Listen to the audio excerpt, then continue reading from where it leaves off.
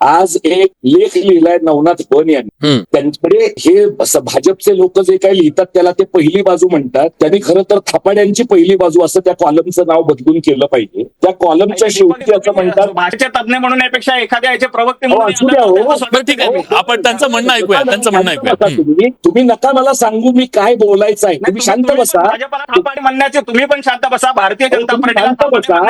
नाही, नवनाथजी आपण ऐकूया त्यांचं म्हणणं काय, त्यांचं म्हणणं काय. थापाडे म्हणण्याचा विलासराव दुसऱ्याला थापाडे म्हणण्याचा अधिकार यांना नाहीये. आम्हाला पहिल्या प्रश्नाचं उत्तर देतो. माझं वैयक्तिक मत असं आहे की पहिल्या इयत्तेपासून हिंदी भाषेची सक्ती अजिबात असू नये. कारण आपापल्या गरजेनुसार माणूस संवाद साधतो त्या भाषांमध्ये. म्हणजे उदाहरणार्थ मी आता भोजपुरी सिनेमा पण केलेला आहे, पिंजरेवाली मुनी या नावाचा. मला भोजपुरी येत नाही पण मी त्या सिनेमापुरती बोललेलो आहे. त्यामुळे गरजेपुरतं आपल्याला ते करता येईल. दुसरं असं आहे की इतक्या लहान वयामध्ये मुळात मातृभाषा मुलगा शिकत असताना त्याला हिंदीची सक्ती कशासाठी? आता मराठी आणि हिंदी या दोन्ही देवनागरी जरी असल्या तरी त्यामध्ये बऱ्यापैकी भेद आहे व्याकरणामध्ये. मराठीतलं जे ह्रस्व आहे ते हिंदीत दीर्घ आहे किंवा शब्दांमध्ये अर्थांमध्ये सुद्धा घोळ होण्याची खूप शक्यता आहे.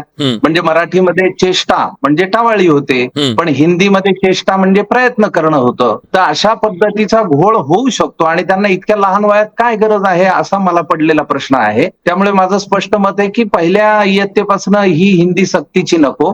जेव्हा आम्ही पण हिंदी शिकलो पण ती 5वी पासून मग नंतर 8वी अशा पद्धतीनं शिकत गेलेलो आहोत आणि त्याने फारसा फरक, आज मी 52 वर्षाचा आहे, त्याने फारसा फरक पडलेला नाही. मी परदेशात गेलो तरी मला भाषेमुळे खूप अडचण आली अशातली काही भानगड नाही. आपण तेवढ्या पुरतं जुजबी मोडकं तोडकं बोलतो. पण आपली भाषा ही आपल्याला स्वच्छपणे येणं, आपल्याला ती माहीत असणं, आपल्या भाषेवर आपलं प्रेम असणं ही मला महत्वाची गोष्ट वाटते. मी ग्रामीण भाषांमधल्या सिनेमांमध्ये काम केलेलं असलं तरी त्यामध्ये बऱ्याच म्हणींचाही वापर केलेला आहे. तुम्ही जर सातत्याने बघितलं तर वेगवेगळे शब्दही मी त्यामध्ये वापरलेले आहेत. आणि मला असं वाटतं की भाषिक सौंदर्यासाठी प्रत्येक जण आपापल्या पद्धतीनं साहित्यिक असेल, कलाकार असेल, प्रयत्न करतच असतो. आता दुसऱ्या प्रश्नाकडे मी येतो की कलाकार भूमिका घेताना दिसत नाहीत असं एक म्हणणं आहे. म्हणजे भूमिका घ्यायची म्हणजे नेमकं काय करायचं? आता तू जर जाऊन कुणाला प्रश्न विचारला तो निश्चितपणे व्यक्त होईल ना. आज जसं मला या चर्चेमध्ये व्यक्त होण्यास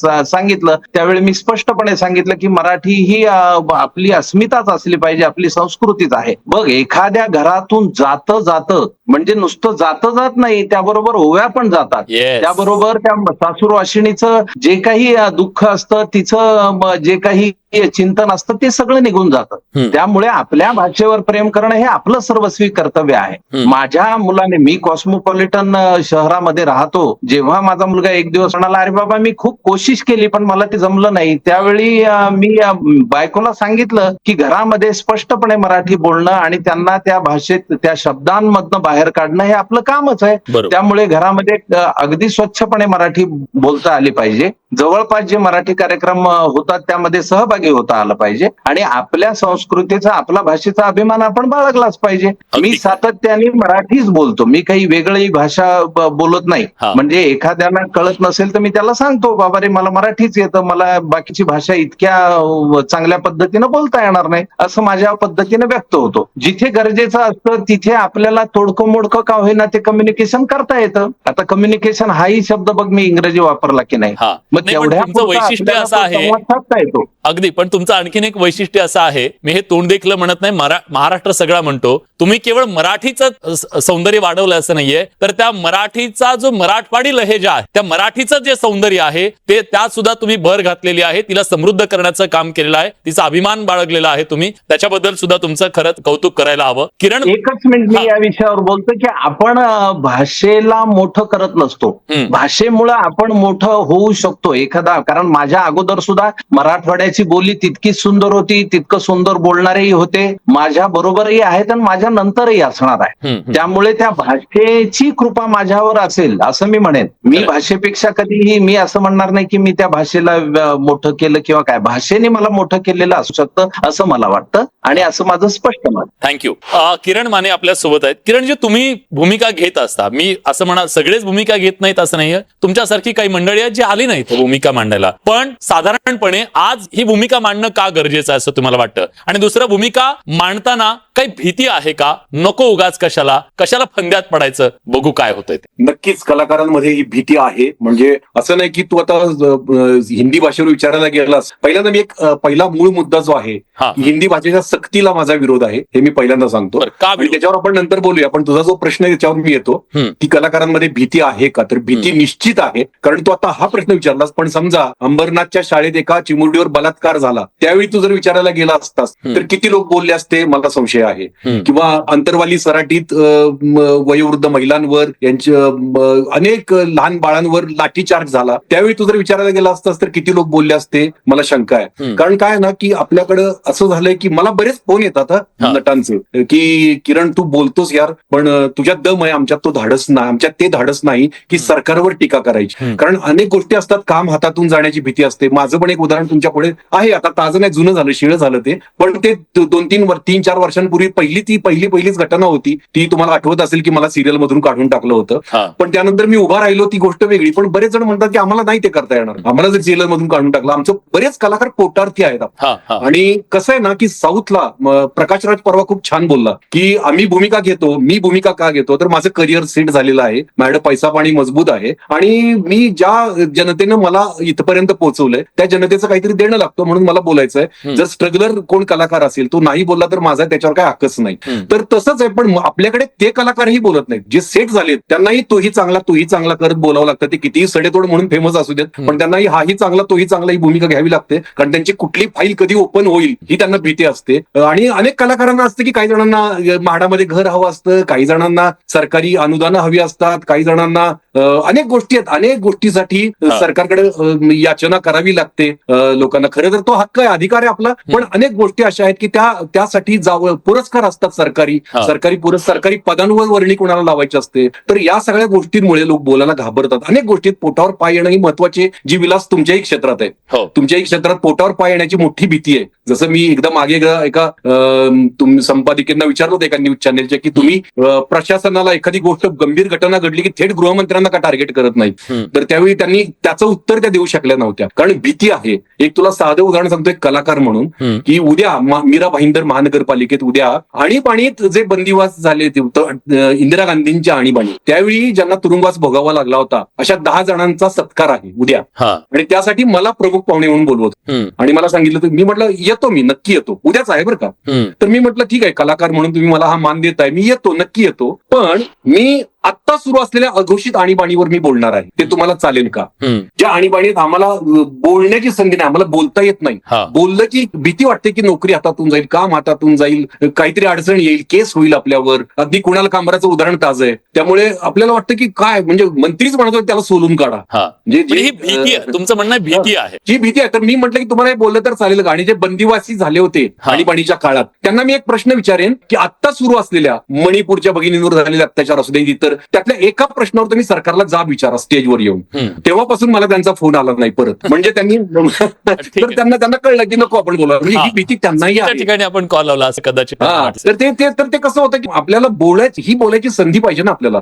जसं पूर्वी असं होतं की पूर्वी थोडाफार दबाव होता, पण पु ल देशपांडेंसारखी माणसं होती जी त्या स्टेजवर जाऊन त्यांच्यावर टीका करायची, किंवा आणीबाणीत निळू फुले रस्त्यावरून त्यांनी भाषणं केली होती. तर ही भीती आहे, पण मी ती भीती झुगारून दिलेली आहे. कारण मी स्पष्टपणे तर सांगितलं ना की ती भीती आहे म्हणून. पण मला डॉक्टर दीपक पवार सरांना विचारायचंय, सर आज कलाकारांनी व्यक्त व्हावं अशी भावना व्यक्त केली जाते, तुम्हाला वाटतं का गरजेचं आहे कलाकारांनी व्यक्त होणं? ह्या चळवळीमध्ये जो आज आवाज उठवणं, मराठी अस्मितेच्या बद्दलचा एक आवाज उठवला जातो, त्याच्यात कलाकारांचा आवाज किती महत्वाचा आहे, का त्यांनी बोलावं? तुम्ही बोलताय.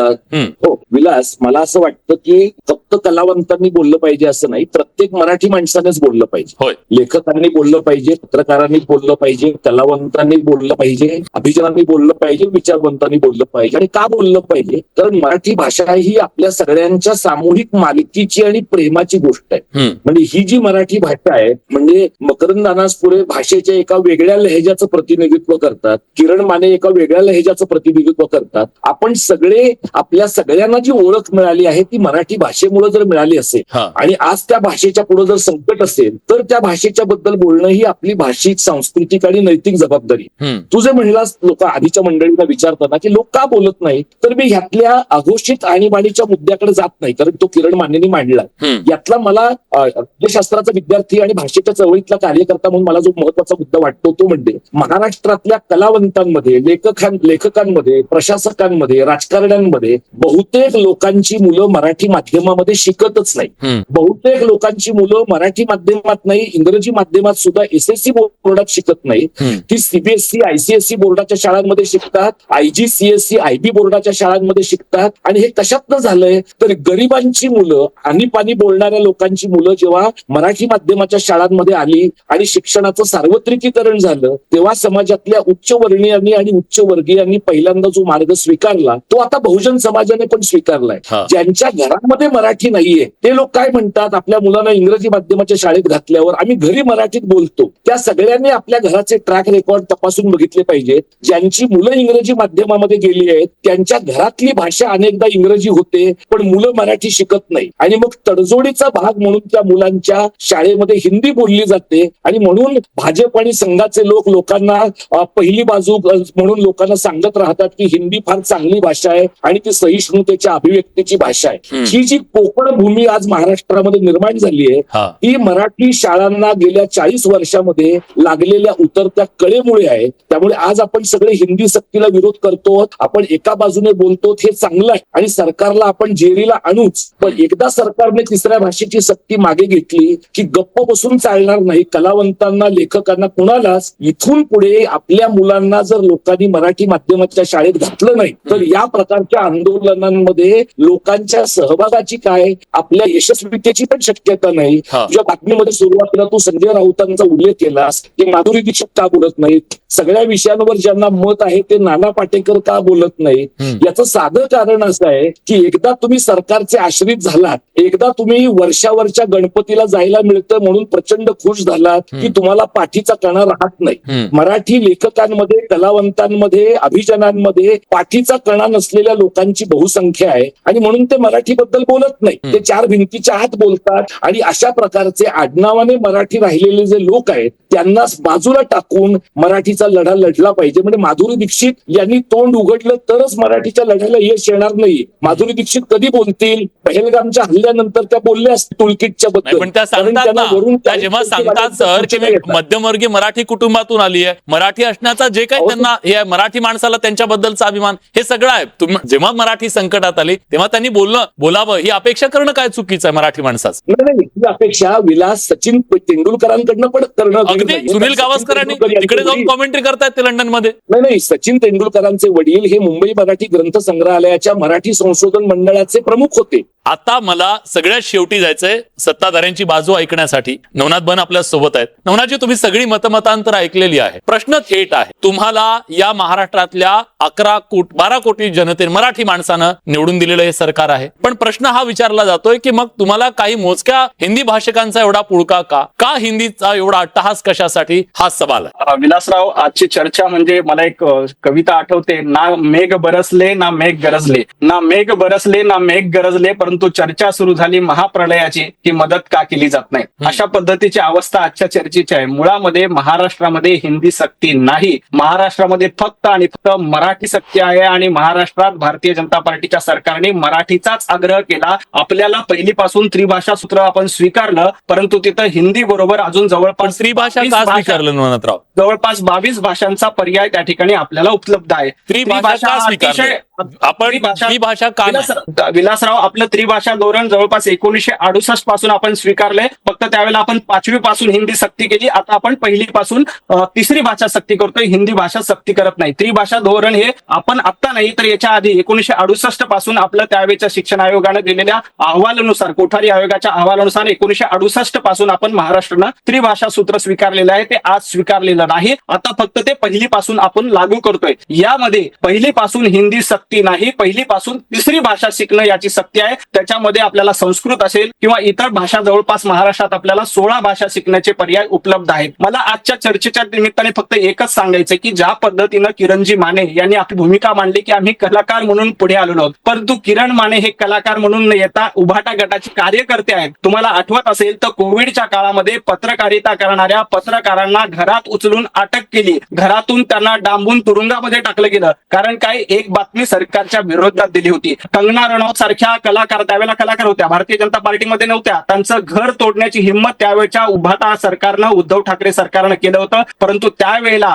कलाकार म्हणून किरण माने कधीही पुढे आले नाहीत. त्यावेळेला किरण मानेजी म्हणजे सत्तेच्या माध्यमातून असं केलं जातं, सत्तेचा दबाव असतो. ऐकून घ्या विलासराव, ऐकून घ्या. महाविकास आघाडीच्या काळात अशा पद्धतीचं वातावरण होतं, परंतु आता तशा पद्धतीचं वातावरण नाही. आता निर्भीडपणे आपण चर्चा करू शकतो, निर्भीडपणे कलाकार आपलं मत मांडू शकतात. एखादी भूमिका पटलं नाही तर त्याबद्दल बोलण्याचा अधिकार सर्वांना भारतीय घटनेने दिलेला आहे. परंतु हिंदीची सक्ती केलेलीच नाहीये, तर अशा विषयात कलाकारांनी बोललं पाहिजे हे म्हणणं म्हणजे थोडासा जास्तच आग्रह आहे. कारण महाराष्ट्रामध्ये कुठेही हिंदी सक्ती नाही. उलट नवनाथराव, कोणी बोलायचं मराठीबद्दल, कोणी बोलायचं मराठीबद्दल सगळ्यांनीच बोललं पाहिजे, प्रत्येकाला बोलण्याचा अधिकार आहे. परंतु ते हिंदी सक्ती केलेली नाही. उलट पूर्वी महाराष्ट्रामध्ये 5वी ते 10वी पर्यंत हिंदी सक्ती होती, परंतु भारतीय जनता पार्टीच्या सरकारने ती हिंदी सक्ती काढून टाकली आहे. नवनाथराव, एक मुद्दा सांगा ना, एक मुद्दा सांगा ना. सक्ती नाहीये नवनाथराव, मुद्दा हा आहे, जर इथं सक्ती नाहीये ना, मग पर्याय दिल्यानंतर 20 गट तयार करा, 20 जणांचा एक गट तयार करा आणि मग त्याच्यानंतर करा. पर्याय नाही, शिकल्याशिवाय पर्याय नाही. हे काय पर्याय आहे? शिकल्याशिवाय पर्याय नाही. 20 जर नसतील, एकही विद्यार्थी जर का त्याला संस्कृत किंवा पाली किंवा इतर कुठलीही भाषा शिकायची असेल तर त्याच्यासमोर ऑनलाईन शिक्षणाचा पर्याय, त्याबद्दल सरकार व्यवस्था करते आणि त्याबद्दलची व्यवस्था सुरू आहे. त्यामुळे अशा पद्धतीनं एक फेक नरेटिव्ह तयार करण्याचं काम केलं जाते की महाराष्ट्रात हिंदी लादली जाते. सरकारचं एकमत आहे, अजिबात सरकारमध्ये एकमत आहे याच्याबद्दल? 100% एकमत आहे. अतिशय एकमताने निर्णय घेतला. याबद्दल आणखी देखील चर्चा करण्याची सरकारची तयारी आहे. कालच आदरणीय देवेंद्रजी फडणवीस यांच्या नेतृत्वामध्ये बैठक झाली आणि याबद्दल अजून काही सजेशन, ऑब्जेक्शन आले तर त्याबद्दल चर्चा करण्याची तयारी देखील सरकारची आहे. ऑब्जेक्शन पहिलीपासून आपण त्रिभाषा धोरण स्वीकारलेलं आहे. विलासराव, तुमच्या माहितीसाठी आणि प्रेक्षकांच्या माहितीसाठी आपल्याकडे सीबीएसई बोर्ड आहे, आपल्याकडे आयपी बोर्ड आहे. महाराष्ट्रातील जवळपास 20 ते 25% मुलं आजही पहिलीपासून 3 भाषा शिकतात. त्याचं कारण आहे काय, महाराष्ट्रात मराठी सक्ती आहे, त्यामुळे मराठी शिकावंच लागतं सगळ्या शाळांना. दुसरी भाषा इंग्रजी ही सगळी महाराष्ट्रामध्ये आधीपासून सक्ती आहे, त्यामुळे इंग्रजी भाषा ती मुलं शिकतात. याशिवाय तिसरी भाषा हिंदी ही आयबी बोर्डामध्ये आणि सीबीएसई बोर्डामध्ये आणि इतर स्वायत्त या संस्थांमध्ये ऑलरेडी शिकवली जाते. त्यामुळे अशा पद्धतीनं हिंदी सक्ती आहे हे म्हणणं चुकीचं आहे. आपल्याकडे 3 भाषा धोरण स्वीकारलेलं आहे. अनेक तज्ज्ञांनी त्याबद्दल मत दिलंय आणि सगळ्या तज्ज्ञांचं मत स्वीकारण्याची तयारी राज्य सरकारची आहे. तज्ज्ञांना विचारूया. पवार सर. विलास, आज एक लेख लिहिलाय नवनाथ बन यांनी. त्यांच्याकडे हे भाजपचे लोक जे काही लिहितात त्याला ते पहिली बाजू म्हणतात. त्यांनी खरं तर थापाड्यांची पहिली बाजू असं त्या कॉलमचं नाव बदलून केलं पाहिजे. त्या कॉलमच्या शेवटी असं म्हणतात, भाषेचे तज्ञ म्हणून यापेक्षा एखाद्या याचे प्रवक्ते असू द्या हो. ठीक आहे, आपण त्यांचं म्हणणं ऐकूया.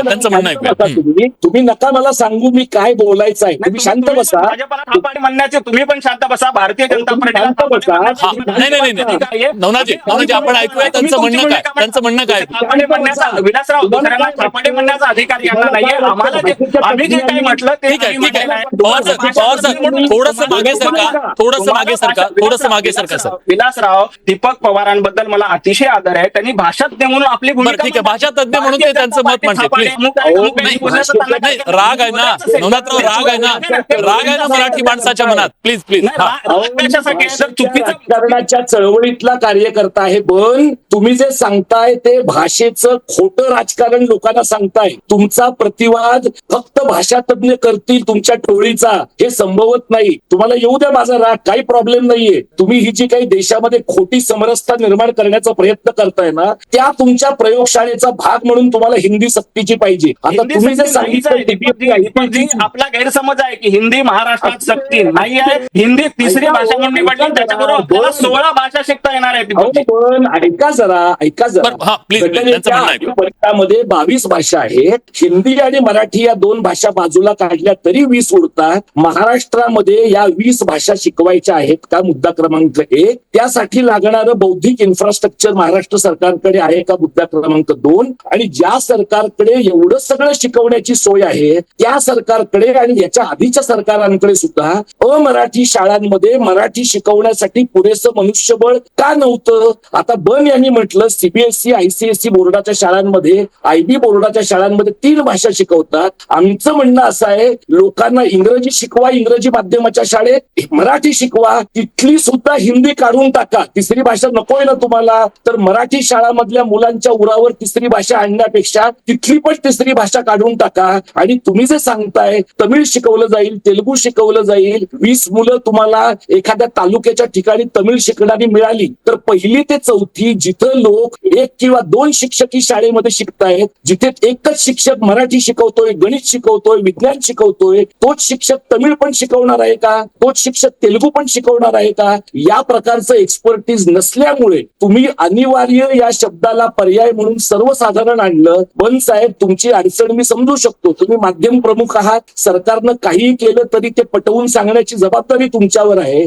पण तुमच्या सत्सद विवेकाची तुम्हाला टोचणी लागत नाही का की आपण मराठी समाजाला काहीतरी चुकीचं सांगतोय? अप्रत्यक्षपणे हे सरकार हिंदीच आणणार आहे. कारण माननीय मुख्यमंत्री असं म्हणाले त्यांच्या एका भाषणात, आमच्याकडे हिंदी शिकवायला मुबलक लोक उपलब्ध आहेत. हे कोण हिंदी लोक आहेत? हे हिंदी शिकवणारे जसे सर ते असं आहे जसं आपल्याकडे इंग्रजी शिकवायला मुबलक लोक आले ना, इंग्रजी शिकवायला भरमसाठ इंग्रजी मंडळी आली एकदम. आपल्याला तेव्हा वाटलं होतं एवढे कुठले इंग्रजी लोक आले, इंग्रजी माध्यमात शिकवतायत ना, डीएड झालेले 12वी झालेले मराठी माध्यमातले तसंच असतील कदाचित. नवनाथजी मुद्दा हा आहे की सगळेजण आक्षेप घेत आहेत, विरोध करतायत. ह्या सगळ्यांच्या भावनेला काहीच किंमत नाही का? सगळ्यांच्या भावनेला किंमत आहे आणि त्यासाठीच काल सह्याद्रीवर आदरणीय मुख्यमंत्रीजी देवेंद्रजी फडणवीस यांच्या नेतृत्वामध्ये बैठक झाली. आपल्या सर्वांना कल्पना आहे की हे जेव्हा त्रिभाषा धोरण स्वीकारलं तेव्हा जवळपास 450 तज्ञांनी त्याबद्दल आपली मतं दिली. त्याच्यानंतर हे आपलं धोत्री भाषा धोरण आपण स्वीकारलेलं आहे. तरीही या क्षणाला दीपकजी पवार किंवा आणखी काही भाषा तज्ञांचे त्याबद्दल आक्षेप असतील तर त्याबद्दल चर्चा होऊ शकते, बैठक होऊ शकते. परंतु महाराष्ट्रामध्ये हिंदी सक्ती केली, हिंदी भाषा राज्य करण्याचा प्रयत्न चालू आहे, काऊबेळ करण्याचा प्रयत्न चालू आहे, अशा पद्धतीचा धादांत खोटा आरोप करणं चुकीचं आहे. आपल्याला हिंदी सोबत संस्कृत, तामिळ वेगवेगळ्या भाषा आपल्याला शिकण्याचा पर्याय उपलब्ध आहे.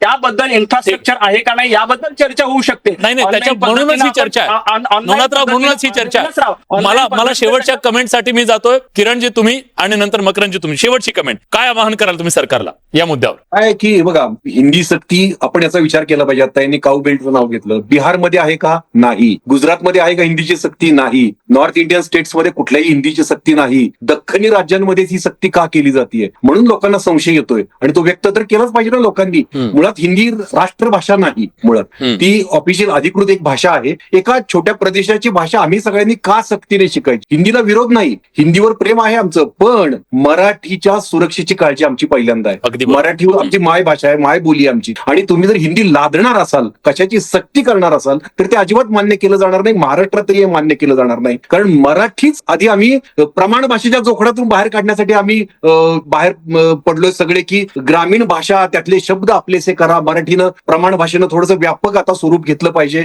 आणि ते सुरू असतानाच हे काय हिंदीचं नवीन आलंय असं सगळ्यांचं झालंय. सगळ्यांच्या भावना आहेत त्या व्यक्त होणारच, त्याला तुम्ही अशी उत्तरं देऊन चालणार नाही. पण हे संशय यामुळे येत आहेत. तुम्ही तुमची भाषा लादू नका, आम्हाला आमची भाषा. आणि आपल्या पुढचे प्रश्न वेगळे आहेत. हे का वाटतंय माहिती का? मगाशी सर म्हणाले की ही प्रयोगशाळा आहे का? हा मुद्दा आत्ताच का काढलाय? अनेक गोष्टी आहेत. आत्ता तुमच्या चॅनलवर तुम्ही सांगत होता महाडला एक शाळा धोकादायक अवस्थेत नाही, ती कुठल्या क्षणी पडू शकते. अशी महाडचीच नाही, अनेक शाळा अशा आहेत शाळांमधली टॉयलेट स्वच्छ नाहीत, मुलांना जेवायला चांगल्या प्रतीचं अन्न मिळत नाही, अनेक गोष्टी आहेत. इकडे आपलं लक्ष खरं तर केलं पाहिजे. मूलभूत जे प्रश्न आहेत शाळेच्या बद्दलचे, शिक्षणाच्या बद्दलचे, त्याकडे लक्ष द्यायला हवं. अनेक आव्हानं रस्ता नाही, एसटी नाही, सगळ्या गोष्टी आहेत. मकरंदजी शेवटची कमेंट प्लीज. मराठी भाषिकांना सगळ्यांना मी या निमित्तानं आवाहन करतो की अगदी पहिलीपासनं मुलांना हिंदी सक्तीची असू नये महाराष्ट्रामध्ये. आणि असं जर होत असेल तर सर्वांनी या ठिकाणी एकत्र येणं, त्याविषयी आवाज उठवणं ही महत्वाची गोष्ट आहे असं मला वाटतं.